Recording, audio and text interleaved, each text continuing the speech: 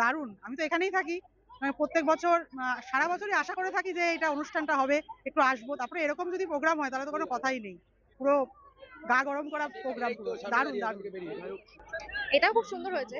আজকের প্রোগ্রামটা একটু বেশি ভালো হয়েছে। মানুষ যেন আনন্দিত হয়, এরকম ভাবে সবাই এক জায়গায় আসতে পারে, আনন্দ করতে পারে, এটাই চাই। খুব ভালো। আজকের দিনটা বেস্ট ছিল। একদম বেস্ট। মানে একদিন যেরকম কাটিয়েছি তার থেকে আজকে বেস্ট। একদম পুরো মাঠ কাঁপছে আজকে। পরিবর্তন হয়েছে মনে করেন? হ্যাঁ, অবশ্যই হয়েছে। আগের থেকে অনেক তুলনায় অনেক কিছুই হয়েছে। নতুন, নতুন আর্টিস্টদের আনা হচ্ছে, অনেক সুযোগ করে দেওয়া হচ্ছে। অনেকটাই পরিবর্তন হয়েছে আগের থেকে। তো আশা করি ইন ফিউচার আরো ভালো করে সবকিছু হবে।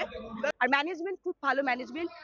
সবাই জানেন আমাদের বিধায়ক সুবোধদা আছেন, কমলদা আছেন। অবশ্যই করতে পেরেছেন। এত বড় অনুষ্ঠান হচ্ছে, এত লোক, এটাতেও যদি প্রমাণ না হয় যে দাদা পরিবর্তন করতে পেরেছেন, তাহলে এর থেকে বড় প্রমাণ আমরা কি করে দিতে পারি? কাঁচাপাড়া তো এখন জমজমাট সবথেকে বেশি। তাহলে কি বিধায়ক সুবোধ অধিকারী মনে করছেন যে আগামীতেও থাকা উচিত? এটা তো আমি কি বলবো, এটা জনগণ বলবে। আমি তো সবার যেটা ভালো আমারও সেটা ভালো। বীজপুর উৎসব প্রতি বছরই আমাদের এখানে হয়।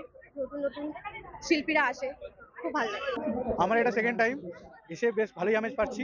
আর আশা করি এরকম প্রত্যেকবারই পেতে থাকবো, প্রত্যেক বছর পেতে থাকবো। এরকম অনুষ্ঠান দরকার আছে আরো দরকার আছে, কারণ একটা উৎসবের আমেজ সবাই পছন্দ করে, সবাই চায় একটু দৈনিক জীবন থেকে একটু বেরিয়ে একটু আনন্দ মুহূর্ত অনুভব করতে। তো এটা খুব ভালো একটা উদ্যোগ, যেটা আমরা সবাই খুব ভালো ফিল করছি এবং আগামী দিনে করতে থাকবো। নাগরিক হিসাবে খুব আনন্দ করেছি। চাই প্রত্যেক বছর এইভাবে বীজপুর উৎসব হয়ে যাক।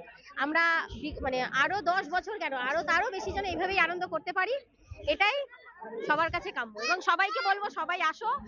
এই বীজপুর উৎসবে আর একদিন আছে বাকি। আসো, সবাই মিলে একসাথে আনন্দ করি আর অনুষ্ঠানটাকে আরো বাড়িয়ে নিয়ে যাই। ভালো।